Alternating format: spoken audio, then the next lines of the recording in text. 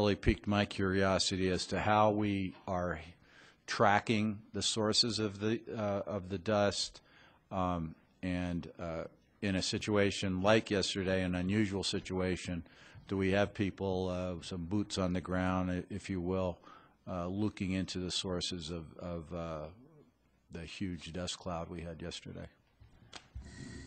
Mr. President, Councilor Benton, I know that that Director Leonard actually had raised those very issues this morning at the directors' meeting, and I can't really elaborate on what the efforts were of the Air Quality Division, but I will have her get a briefing to you on that.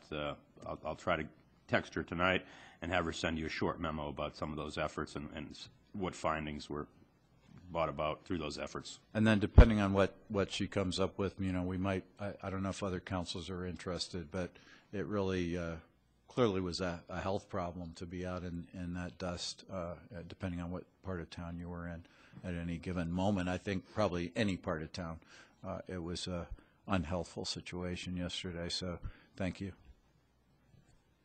Well, I was at a city facility at the zoo yesterday, and it actually wasn't quite so bad.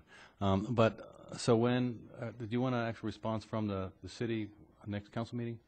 Well, I think Mr. Perry was promising some answers to me directly, but if other councilors would like, perhaps Ms. Leonard could address the council at the next meeting on the dust. I think that'd be helpful, because I think you raised really good points, and it was a sort of a citywide problem. So I think it's good for the public to know what the city is doing on a situation like this. We'll do that, Mr. President. Councilor Benton. Thank you, Councilor Benton. Thank you, Mr. Perry. Councilor Garduno. Thank you, Mr. President. Mr. Perry, I wanted to go back to what Councilor Sanchez began as a conversation about the opinion on whether leave with pay for union negotiators violates the Labor Management Relations Ordinance. And you pointed out that there were two conflicting, I guess, ordinances. And according to the opinion that I have here, that was a response to the query that both Councilor Sanchez and myself made. It seems pretty clear that in part it says that the city has placed language in union contracts that provides for leave with pay to the union's bargaining team.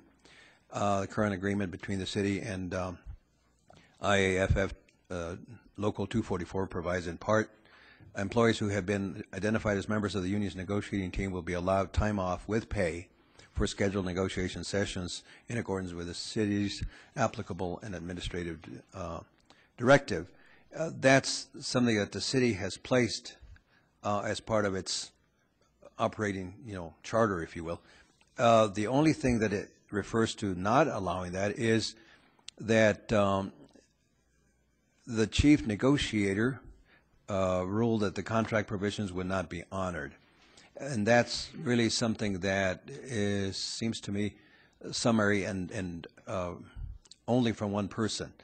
Granted, it was based on an ordinance, the Labor Relations Ordinance, but it's really sort of an opinion more than a city position, which is what I think Mr. Thompson has pointed out is in fact rule of law and right now in effect.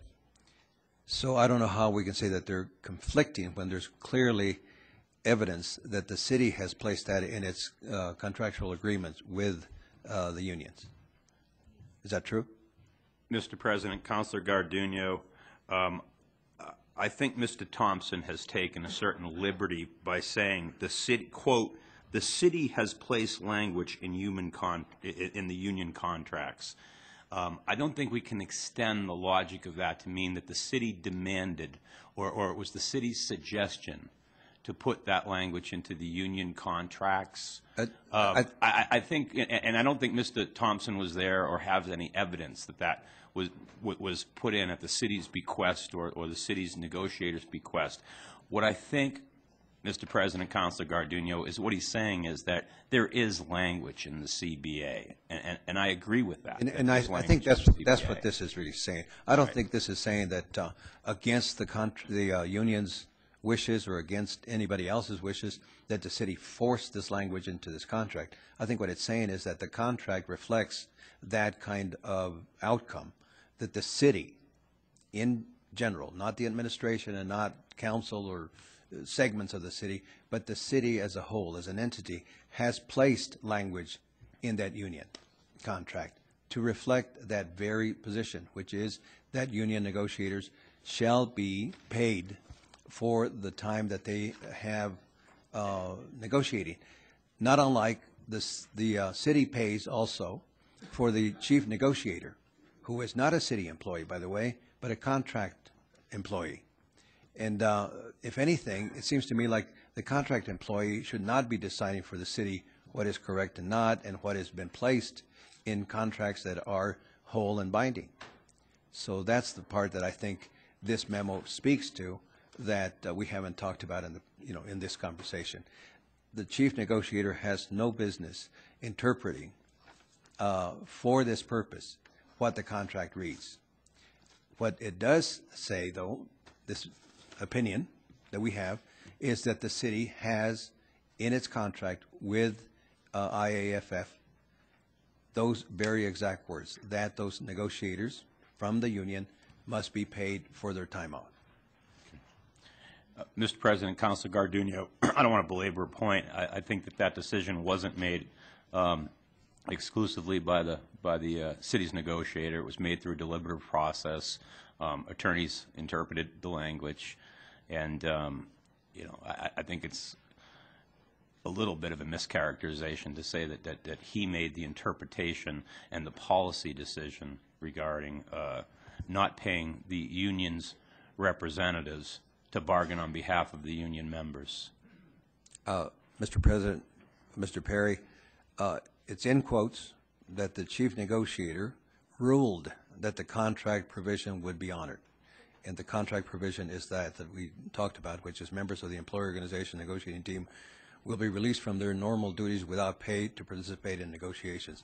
All of this is in quotes, so I assume it's being lifted from a quotable contract or a quotable body of work that was presented. I mean, I don't think this is something that Mr. Thompson just, thought of.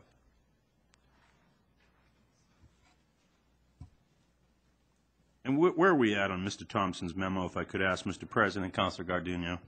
Mr. President, Mr. Perry, it's I don't see any page numbers on it, so. It's a very front page, front part of the memo, and it's the under issue. It's the second paragraph, non-indented. Yeah, I don't know what the source of the quote is. You're absolutely right. Oh, let me read the first part, because that might shine some light. It has been reported by IAF 244, quote, the city's chief negotiator ruled that the contract provision would not be honored. So I think it's important to put them together, that IAF 244 has reported, quote, that the city's union contractor has ruled. Again, from what I know about that subject, Mr. President, Councilor Garduño, is that it was made by deliberative process, meaning that folks in the administration that are charged with having to assemble the negotiation team and set forth the suggested rules to the negotiations committee, and legal basically looked at the two laws that we've been talking about extensively and felt that it was the policy decision supported by law to advise the union that the city taxpayers in the city were not going to pay for the union contractors to negotiate their contract. And again, not to belabor the subject myself, if you go back to the third page, it talks about the city-placed language. And I think it's talking about how language became part of the contract. It wasn't placed there arbitrarily. It was through a deliberative, negotiated process, not unlike what you just pointed out.